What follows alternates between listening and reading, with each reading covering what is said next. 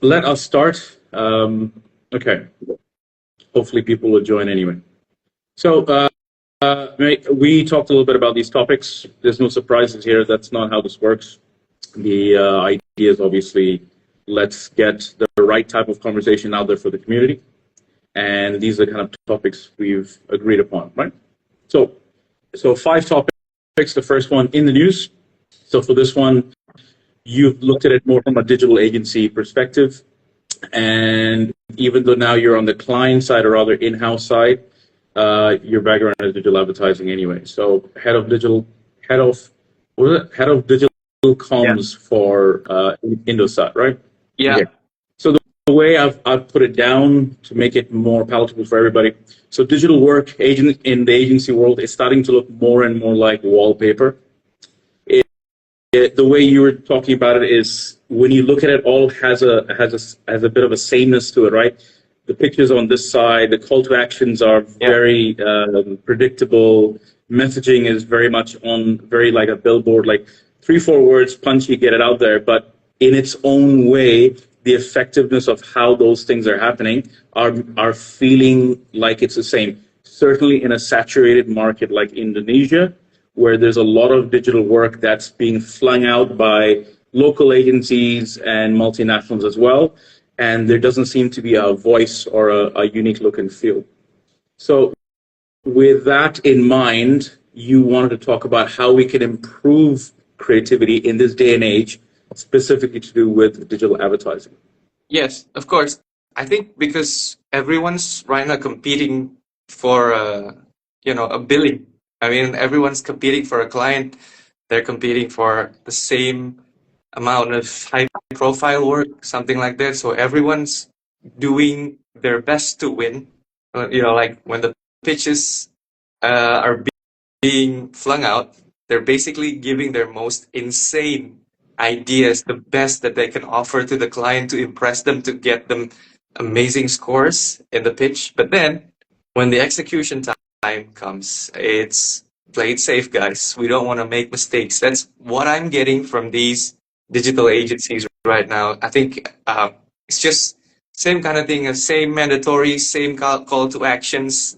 There's very little varieties to, especially in visual KVs, like there aren't any distinctive differences between one agency and another.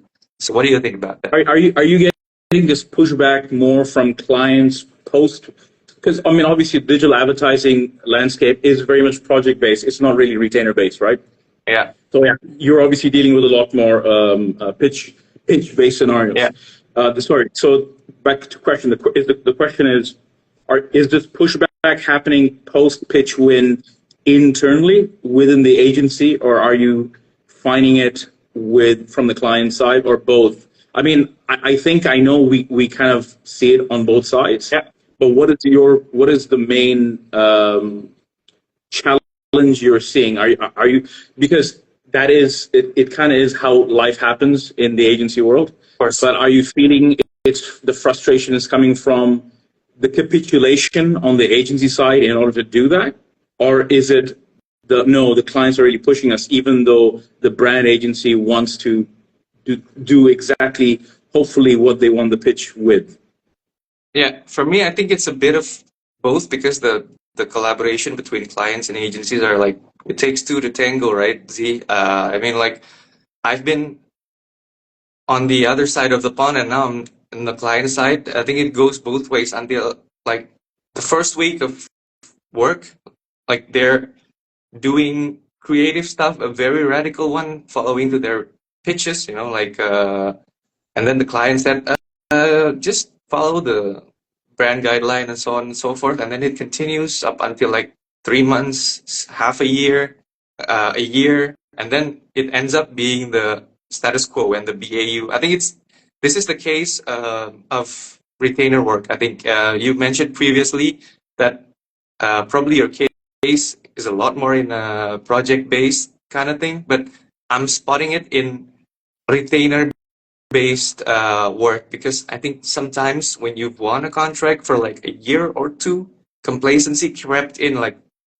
Sometimes I'm not saying all agencies have complacency, but when you want a contract for a certain time of year, you do have that certain kind of feeling. Okay, let's just do the bare minimum, something like that. So okay, so let's talk a little bit more pointed from an Indonesian point of view, because obviously this particular section is a problem that you are facing in your particular market. Yeah. Now, I wouldn't say that's necessarily a unique problem, but are you suggesting that in a market like Indonesia, which, let's be honest, it's probably Jakarta we're talking about anyway, are you suggesting that there are enough players, because I know it's a very saturated market in terms of the type of competition in order to get the type of work. I actually wasn't talking about project work. I thought you were talking project work, but it's beside the point. You are saying that with retainer clients, you're getting a lot more of that, but we've always had this. Yeah. This is not a problem that's ever going to be going away. What do you think, or what are you personally citing? Because you've only ever worked in Indonesia. Yeah. What are you citing? Why are you citing this as something that's not a unique problem, but why is it a now problem? Because that's the in the news part. It's a now. Yeah. Are you seeing it get worse? Is that what it is? Can you elaborate? I can elaborate in this kind of way. I think after the pandemic, the silo that creates the complacency gets worse because a lot of the agencies, a lot of creative workers are working from home, and at times it kind of limits your collaborative power, if you know what I mean. Like when you're brainstorming with your team, like maybe twice a week and in a face-to-face kind of setting.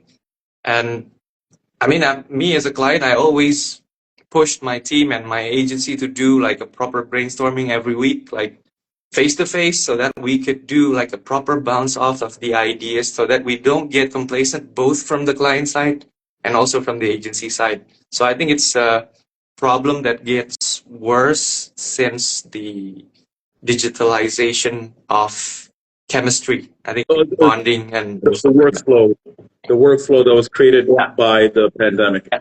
Okay, so now I think I get where you're going with this, because you're right. You're seeing it from the client point of view, who's also dealing with an agency. By the way, can I ask, without sharing names, your agency is a local agency or is it a multinational agency?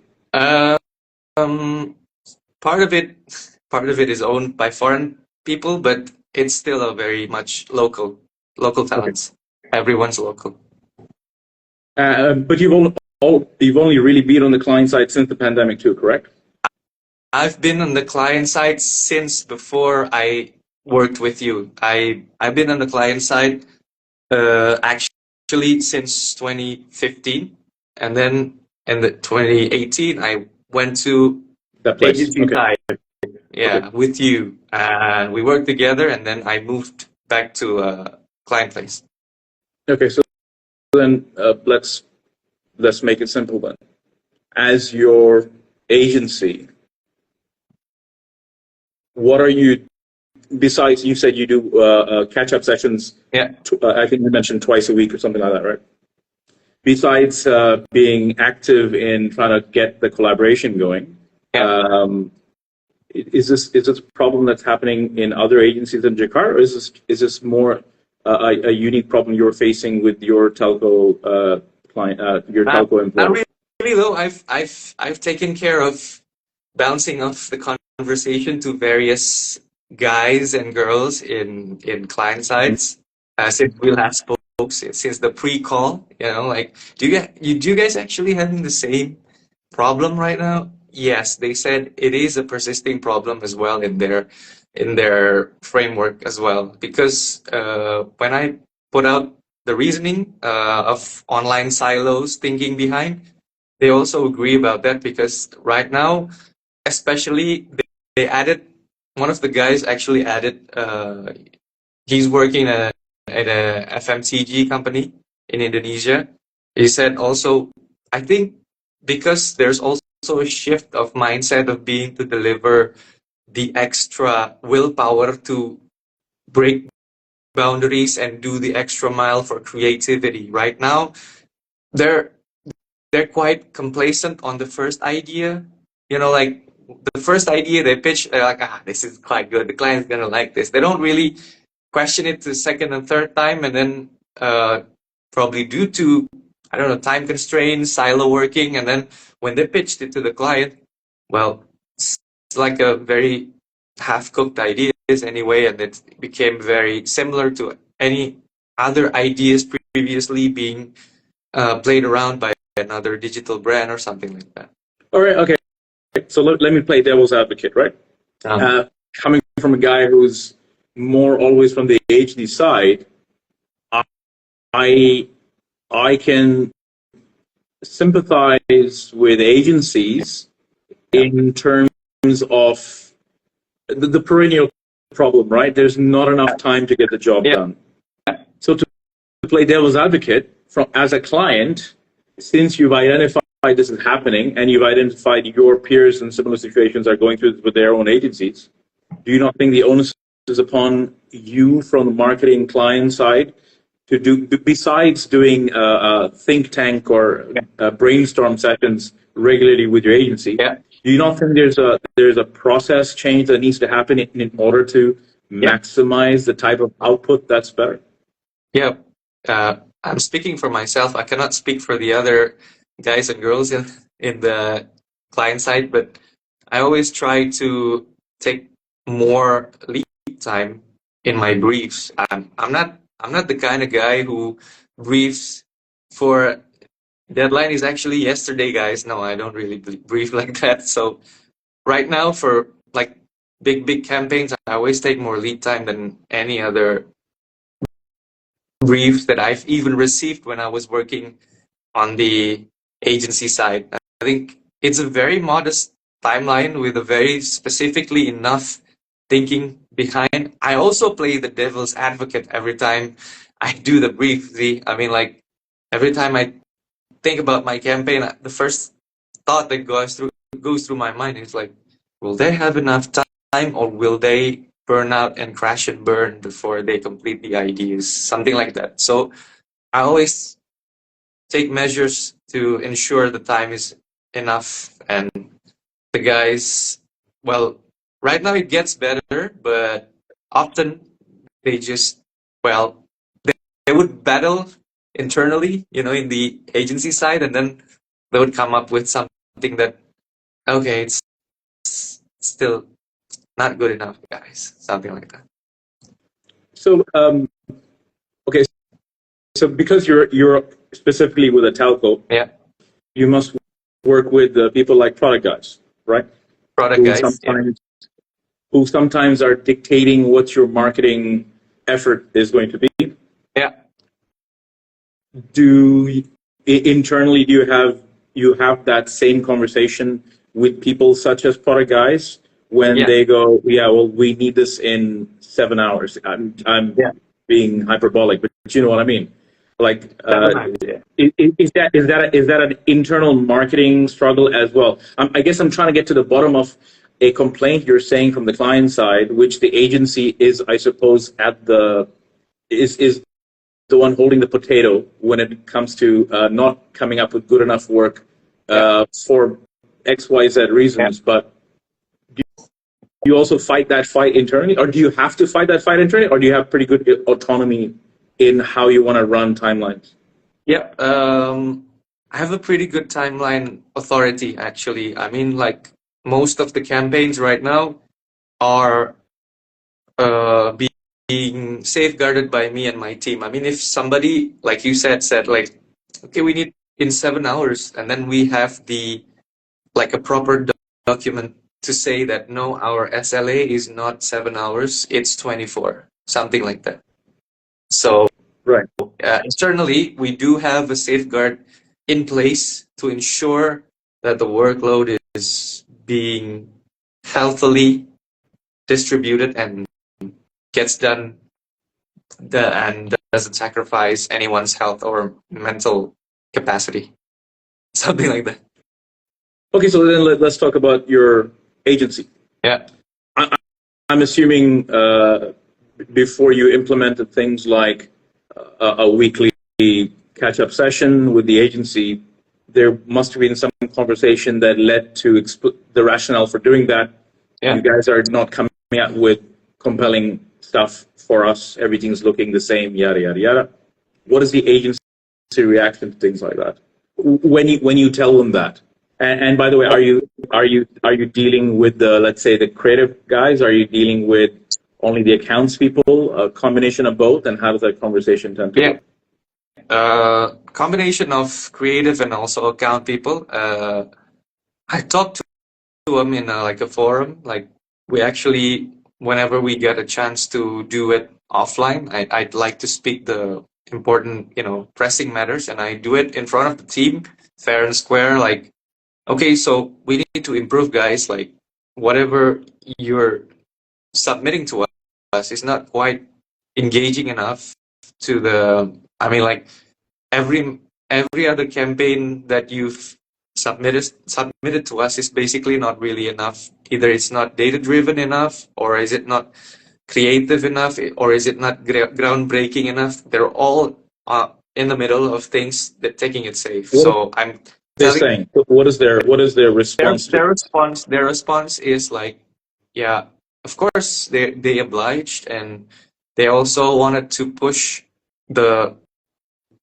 brand as well to become better. So they agreed, and they changed their way of creative brainstorming so that every discussion right now is a bit more productive, and also every confusion that they have right now, they're braver to ask us directly. I mean, like sometimes when you put on the discussion within your internal team for too long, right? Maybe 7 days, I gave you time, but second day you have a bottleneck and you have a confusion, you don't ask the client, and then it goes on until the day 7, right? So when the finished product you deliver, it also still has something like that, the bottleneck in the thought process. So right now they're a lot braver to ask us during their thought process, even so the collaboration gets even better, even smoother right now. Did you inherit your agency partner when you joined that company? Inherit in terms of like, what? Were they already partnered with your telco company when you joined the company, or were you instrumental in getting them to be your retainer agency? Actually, the agency right now that we're working together is when the pitch process does come in back in 2023, the panelists is like 5 to 6 people, and I'm just one of them. And the deal breaker, the lead deal breaker, is not me. So it's a pretty positively fair and square beauty contest and all that, the pitching stuff, and the scoring is quite transparent. And I can assure you that everyone picked this agency by their default presentations and ideas. They liked it, not me swaying the decision to one side or another. No. Okay. So for 2023, so you've obviously been working with this particular agency for more than a year. Yeah. 2 years, right? Yeah. And this niggling performance issue that you're having with your agency, this is something that you've seen creep up over time, or is it something that's always kind of been there, or getting more challenging? It's an up and down curve, I think, Z. You can like give them a slap on the wrist, and then they go amazing for 3 months, and then go back to a slope. Especially when there's, I don't know, I think major demotivating stuff that happens in their world, like agency world, and they're also a separate organization, right, from the client side. So the client doesn't actually know when the agency is like, why are you dropping in terms of creativity. Is there anything happening in your life, or is there anything happening in your organization? We don't know. So we try to not dwell on that kind of thing. So we try to just motivate them with um, good words and good deeds, and probably for every now and then we try to create a positive upscaling, perhaps, because I do that also for my team, including the agency. Look, for what it's worth, it sounds healthy that this is an agency that you've been with for 2 years now, and even though you've recognized in the context of, because the question originally was, what is the challenge you're seeing within the Indonesia market, and you're using this as an example. So it's kind of refreshing to see that you cited it as a problem, but it's still an agency partner that you've been with for 2 years.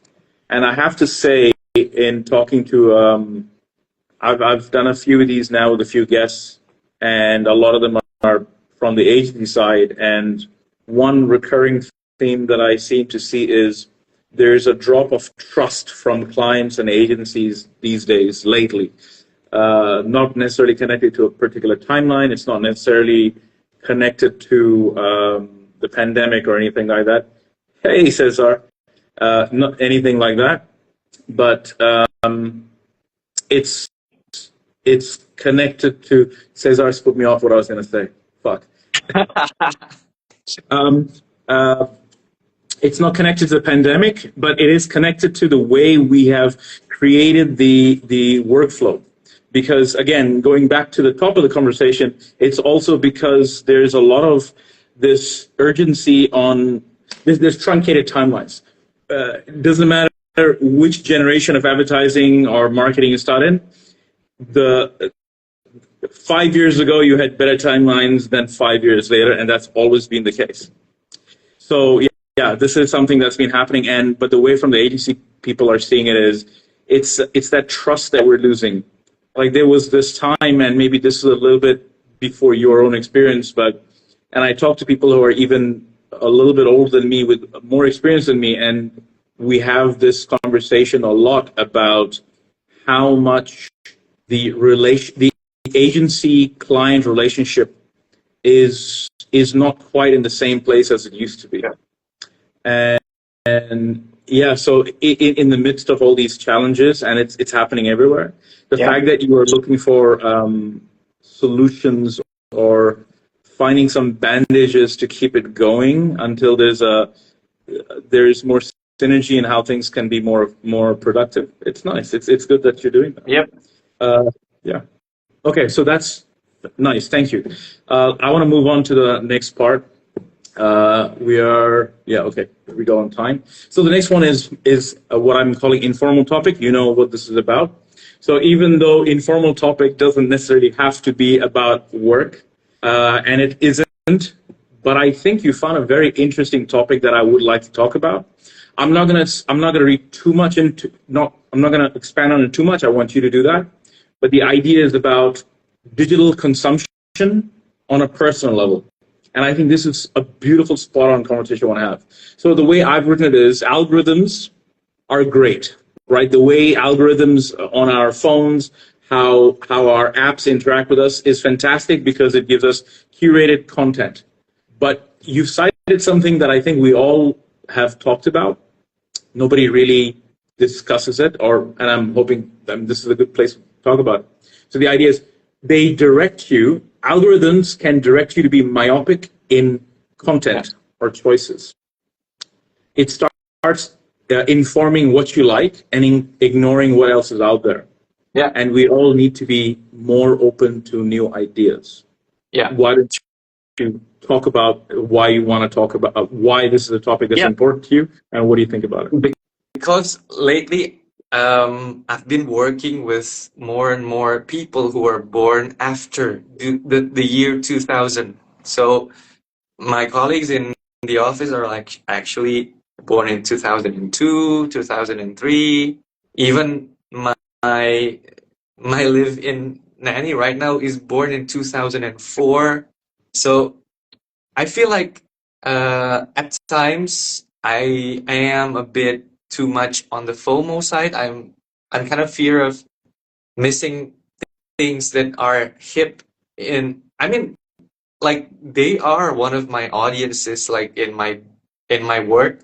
The Gen Zs and the post 2000s guys are actually my audience, so I need to know to refresh my kind of algorithm. I need to talk with them, and I'm getting more and more insights on what the new stuff are, and I put in those kind of things into like TikTok and also Instagram, so that the algorithm in the app knows that I'm looking for new things, so that they keep refreshing my FYP. Simple as that. I kind of like to get new suggestions every now and then. I mean, if you look at my explore in Instagram, is probably like football and chicas and whatever it is that normal guys in 30-ish age having. But right now it gets spread to more like podcasts, like thought leadership kind of thing. So it's quite refreshing to get new things, beyond your echo chamber after your algorithms being tweaked by your manual search, something like that. So, okay, so two things I would say. Number one, I hope I can say this, that I think people who come from a marketing or agency world, they almost have to have a bit of a Peter Pan complex, and I don't know if you know what that means, but essentially, for people who are listening who don't, there is something, I don't want to use the word toxic, but there is something about our business that require us to stay more ear to the ground, be more connected with whatever generation we're talking about. And I think that's, as much as that might be, I don't think it's a problem. I think it's a nice part of our industry, I think, actually. I think maybe it goes a bit too far on how much we need to be connected. So I think we can escape that, especially with people in our business. Yeah. I was thinking the conversation might be a little bit more about, say, you have friends, colleagues, family members who are not in our business. Yes. You don't have to have the ear to the ground of, let's say, Gen Z.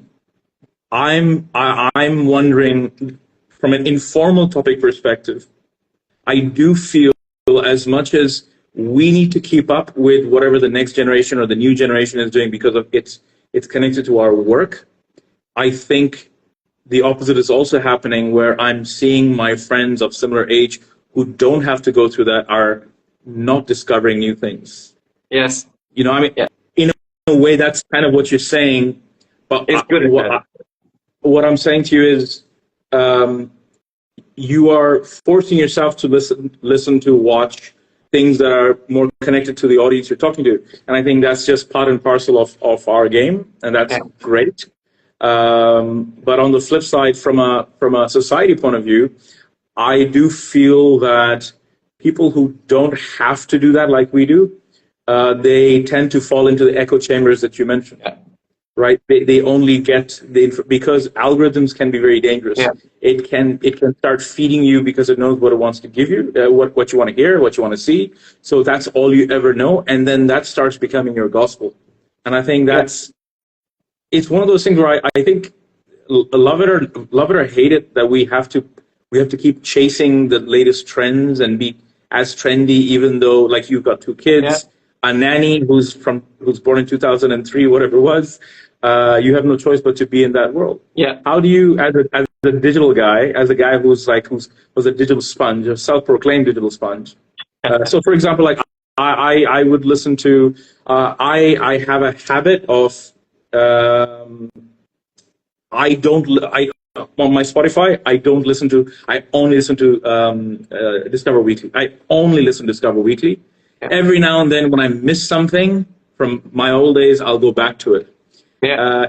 And I think, again, that's another example of it's very damaging, because Spotify has been accused of pushing content that is not well-known, high net worth artists, and pushing for the cheapo stuff. That's a problem in itself. But I love the fact that I get to discover new music. I think it keeps us, the vitality. You stay up with the trend. Not a lot of people do that, and I think it's something we all need to be doing a little bit more of. When when you don't have a gun to your head because it's connected to your work. Yeah, there's two possibilities when people don't really discover new things. I think it's either they stay in their echo chamber or they get better sleep every night because their screen time is actually decreasing. I mean, I just want to ask, how much is your screen time per day? I have a report that I get every Monday or whatever it is. It's a lot. It's a lot. Screen time. I suppose you're including this one, and this one. Yeah. I don't have a problem with the other two. I have a problem with the phone one. Because the phone one is the brain drain. A lot. Maybe 3 hours. Oh, that's 3 hours a day. That's quite light. I'm like 7 to 8. Really? Yeah, but you really? Yeah. No, yeah. I do about 3 hours a day on this screen, but it's because I spend the other 8 hours, 10 hours on the other screens. Okay, right? yeah. Probably combined, I think I'm getting like 9 to 10 screens per day. Yeah. Because in the office it's like 8 hours maybe, and then on the commute I'm still looking for new things on the train, and also on the train on the way back. And then when you get home on the sofa, right, you lean back a bit and then you scroll some more. It's like the term right now is doom scrolling. Sure. I think there's a place for all these screens. One from a product.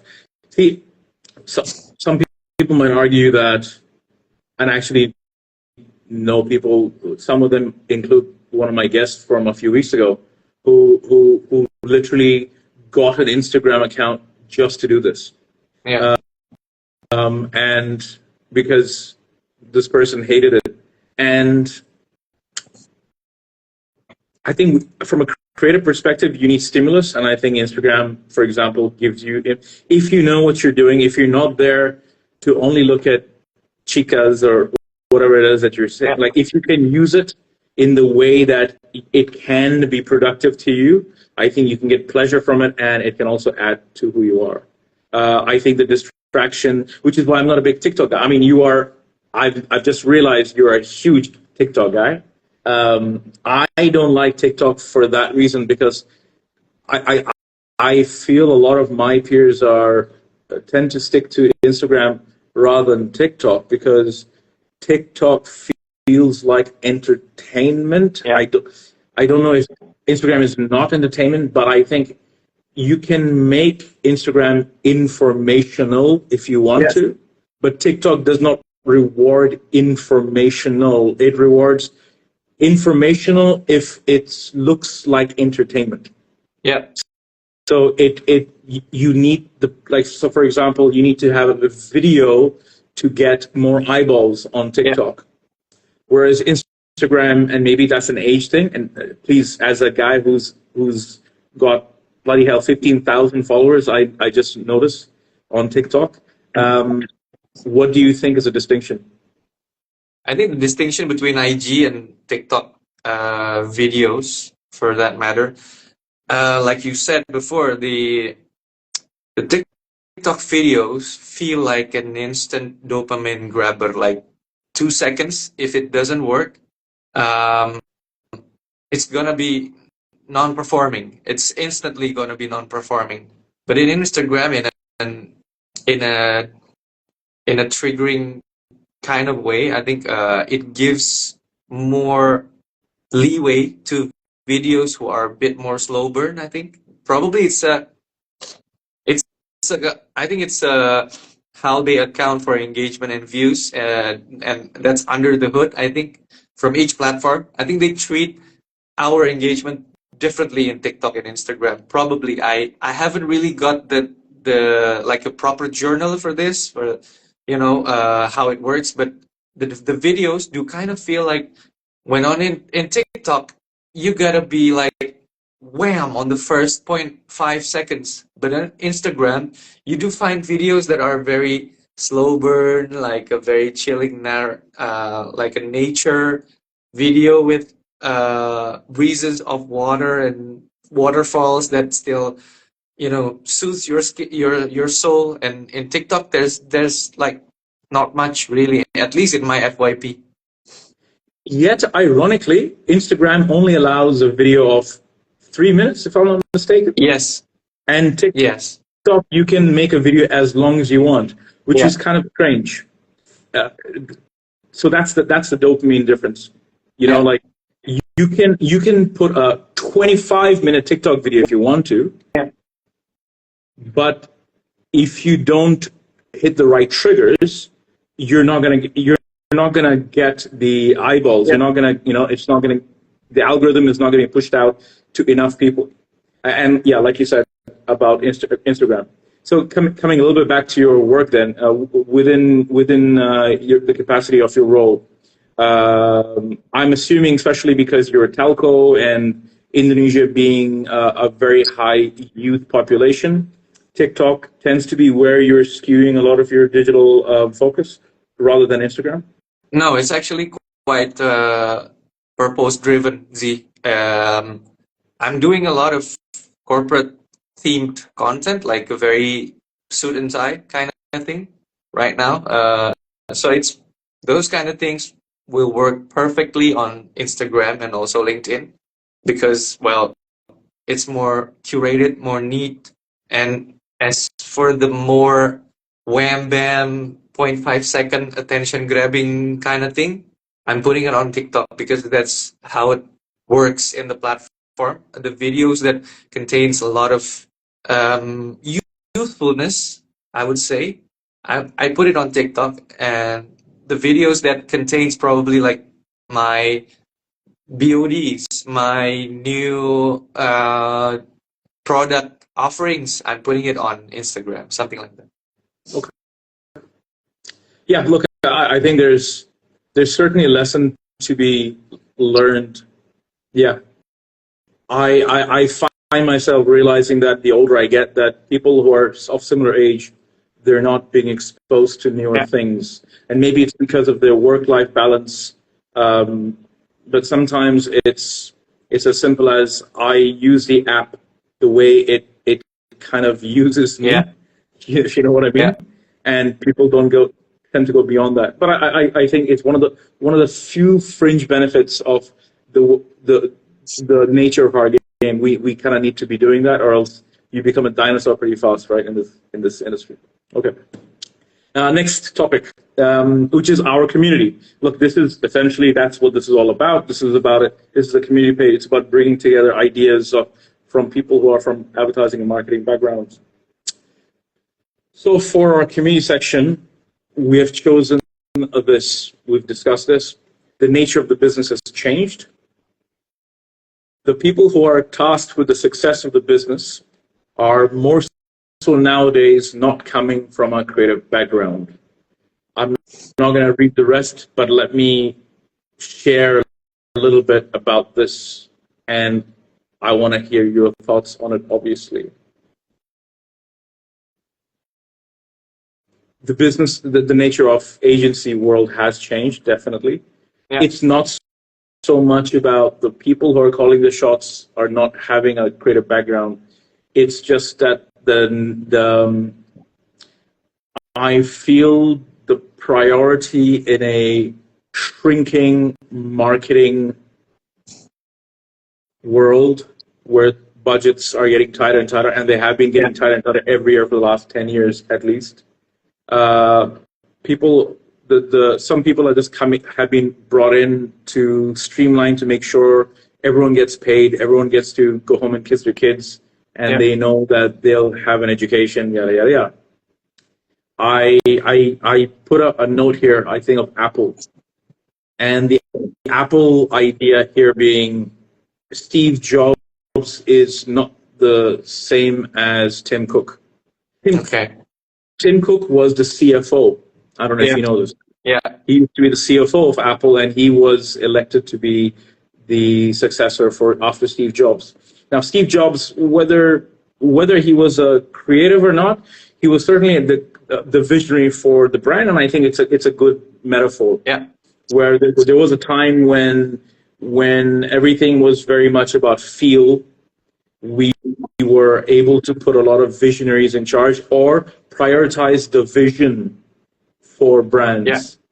And nowadays, you're right. More and more of the people who are calling the shots on what creative look like are not necessarily.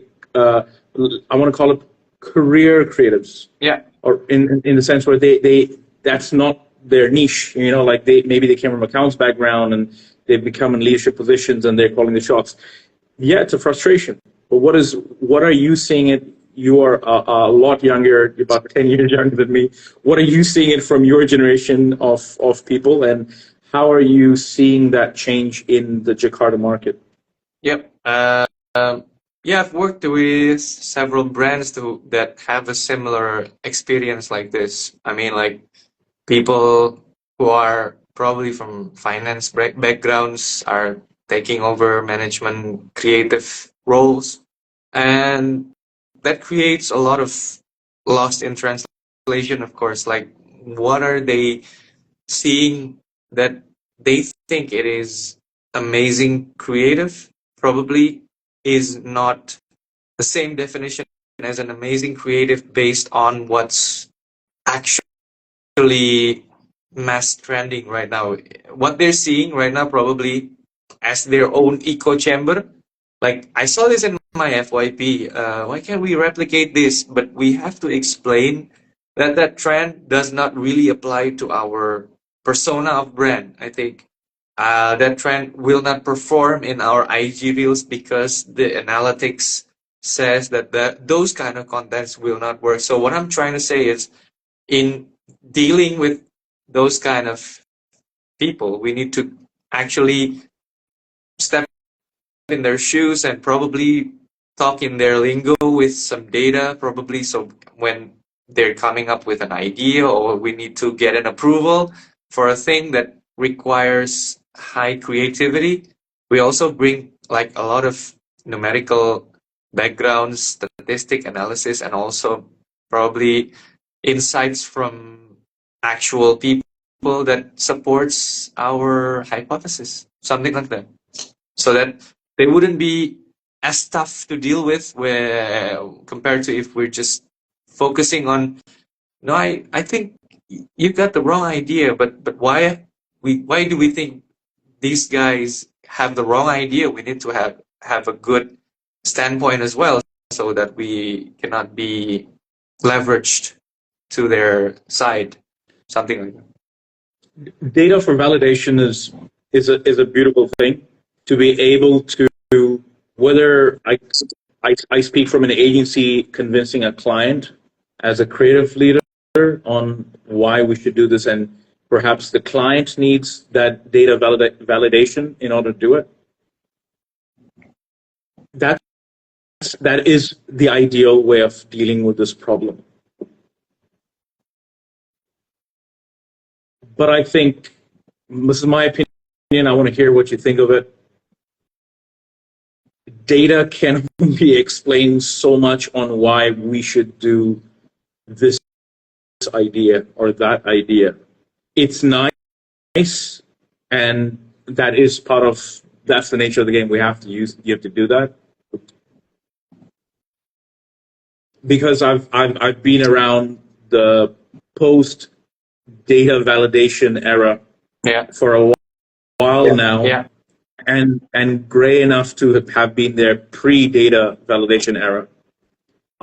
I ask myself how much of great work that we share with each other now are coming from work that looks clearly from the post-data era. Yeah. As much as it gets us across the finish line to get the work done, there's certain things we're never going to have again. I use this classic example of the stupidest ad in the world from 20 years ago of a gorilla in a purple background and a drum set for Cadbury's. And I don't know if you know what I'm talking about. I don't think we have it in here, so yeah. I'll just try to visualize it. I'm not gonna, I couldn't even explain it to you. That's how crazy the idea is. But guys, if you please do go to YouTube and just type in Cadbury Gorilla, Okay. and that's just one example. There's hundreds of Yeah, examples. I'm I seeing it wonder right now. I wonder how much of an idea can be sold to clients when the expectation for clients is we need to have data to back everything up. Look, I understand. I understand the value of it. I am not Yeah, yeah. poo-pooing data. It's we lose some magic. I think it goes back to the whole Apple Steve Jobs versus Tim Cook thing. Yeah. Was it Johnny Ive? I think was the creative director. I think of Apple back in those days. Yeah. And what Apple was before, and look at what Apple is now. Apple is just a company that puts a new number on things. Yeah. And changes the chip. Yeah.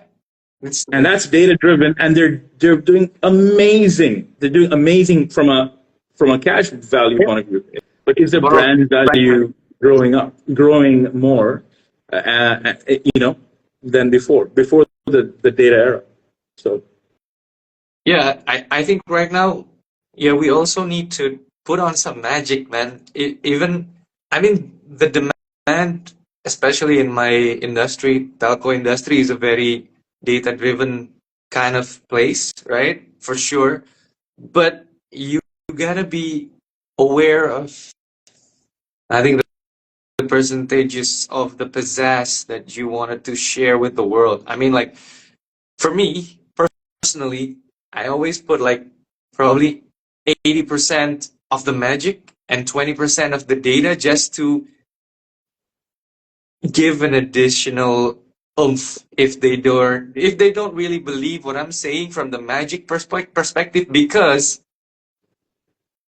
truthfully, when I'm pitching my thing, usually I'm pretty sure that this is going to be an idea that they're going to buy from the magic standpoint. But every now and then, there's a high level executive that would say, will this generate enough eyeballs to at least convert into my landing page visitors, at least to visit my landing page, at least something like that. So you got to come up with like 20% of the numbers to complement your magic. But I don't think the magic has to be gone altogether, Z. It still is going to be there. And you're seeing it thriving. Yeah.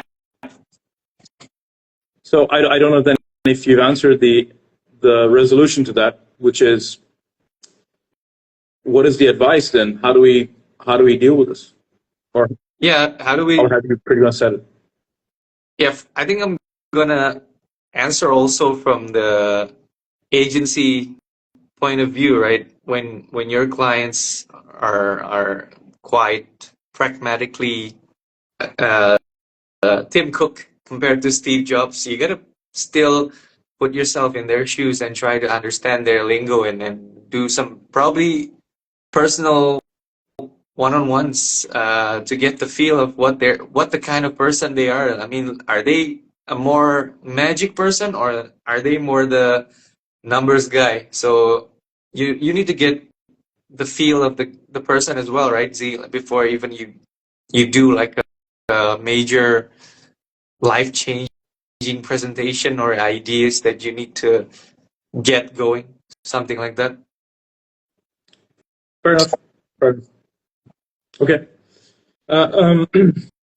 Yeah, we've covered this. Arahan Atas. I have a Yeah. I'm not gonna say that exactly letter to the law because it's going to sting for a lot of people.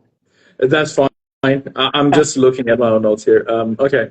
We're getting close to the end here, but 10 minutes of you. Now, for this, as you know, I just said, look, tell me something about you that I don't know. I mean, I know you. We haven't really caught up in a long time, but there's some things I know about you because we are, people like yourself from a LinkedIn profile with your content. We understand what you're doing on a work point of view, but I also want this to be about the guests and what they're about. So 10 minutes of you. Give me 10 minutes of you, something that I don't know, and what you would like to share with people who might be listening. Okay, 10 minutes of me right now. I'm talking because we're talking a lot about music. I'm going to talk about my current playlist right now. I'm actually really into a Jakarta-based band called Perunggu because they're amazing. The lyrics are very resonative towards me as I think, a very quite young-ish dad right now. I don't know if Z could understand the lyrics, but maybe you use some Google Translate to gather what the lyrics are about, and I think it's poetry in motion. And the second one is I'm really passionate about football. I've been watching football since I was 6, and also playing it since I was around 6, 7-ish. And even though I couldn't make it professionally because my legs are apparently made of glass, I got injured a lot when I was young. Up until now, I'm still getting injured. But right now, I have probably a dream to make a football academy for underprivileged kids in remote areas of Indonesia. So what I'm observing is actually a lot of the Indonesian talents do come from those areas. They have the raw talent, the physicality, the willpower to become one of the best in Asia. I'm not talking about the world yet because, just to get this person to dominate in Asia, they need to be well developed. So I want to probably sometime in the future, I want to make it a reality, a football school for underprivileged kids from like let's say Nusa Tenggara or even Sulawesi, so they would get a chance to be fed into like Europe's top teams and academies, and also their education will be covered and also guaranteed up until probably they graduate high school. So even though they're very talented, there's no guarantee that they would make it.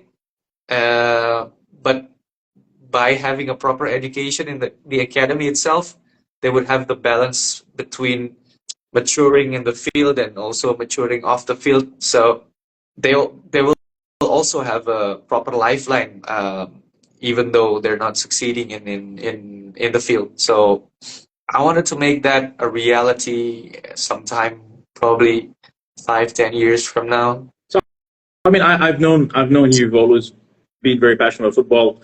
A lot of your personal off-hour content tends to be around football, and I remember you guys used to, even at that company we were working in, you guys had a team within the office. Yeah. And I've seen your content related to that. It's a very noble dream. Is it I mean, obviously it requires funds to do something like that.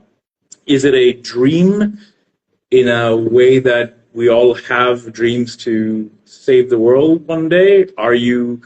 Have you figured out how to go, Yeah. how to move forward towards doing something like that? Yeah. Right now, actually, I'm actually taking care of football as well in the office right now because my current workplace is the official sponsor of the Indonesian national team right now. So I get to talk with a lot of people who are actually working in the field in Indonesia, in the federation as well, from FIFA as well. I talk a lot about football developments and how to make it reality. I think without spoiling too much, I do know how, if I need to source the funds, I do know how to at least get a Get the get a foot ball on rolling. the door. Like at least I know which door to knock. At least I know which guys with money do have the same vision as I am, and probably it could be an exciting long-term project for me to become more than just an enjoyer of the game. I just felt like that's possible enough, probably. Just Wish you luck. It's a very noble cause. Should definitely, yeah. I mean, I didn't realize that. I didn't realize your employer is the main sponsor of the national team. That's probably why you have a lot of content with the national team, which I've only just discovered. But yeah, you have that. You have a closer path to achieving that, and it connects the dots a little bit in my head on, besides it just being a personal passion, on how you are kind of you're gathering the information. So that's nice, man. No, I wish you the best. I was talking to a guest of mine from Jakarta, maybe about a month ago, one of my earlier guests, and they were talking about how it's kind of sad that the focus on sports in Indonesia, it seems he's a foreigner, but he's been here for 19 years, 20 years. Yeah. And he has seen the investment in sports in general. He wasn't talking about football. He wasn't talking about one or the other. I think the example he was talking about was like badminton, how Indonesia was really big at badminton. And not to say that they're no longer big at badminton, but he was saying how the shift on what sports are given priority within Indonesia has changed, and it's kind of sad because there's so much talent in such a big country and not enough is being cultivated. Yes. And obviously football is I guess is it the national sport? I'm sorry, I don't know that. I don't think it's the national sport, but I think it's the sport with most fans in the nation. Well, yeah. Then, and you know, I don't follow football, but I hear Indonesia's team name in the context of Asia Games and just missed out on qualifying for bigger events, and you know, so I understand that, and yeah, I can't imagine why, from a patriotic point of view, if nothing else, 280 million people should be able to bring out a lot more options within the football sport in the world's most popular sport. Yeah, I think that's awesome. That's cool. That's cool. I'm glad you're getting to use your hobby. Well, a hobby, a personal hobby, playing hobby, but also getting to do it and hopefully make a bigger difference as time goes on. That'd be nice. Thank you. Hopefully, I can get to do it in a longer time, probably less than 10, less than 5 years, maybe. Who knows? So, guys, this is a 1-hour call, and we are literally gonna get hung up in 15 seconds. Azim, there is one more thing I want to talk about, but I'm happy to take it offline. I just want to say thank you very much, and for people who joined, thank you very much for joining for this. Thank you for follow, and more guests to come. Talk soon.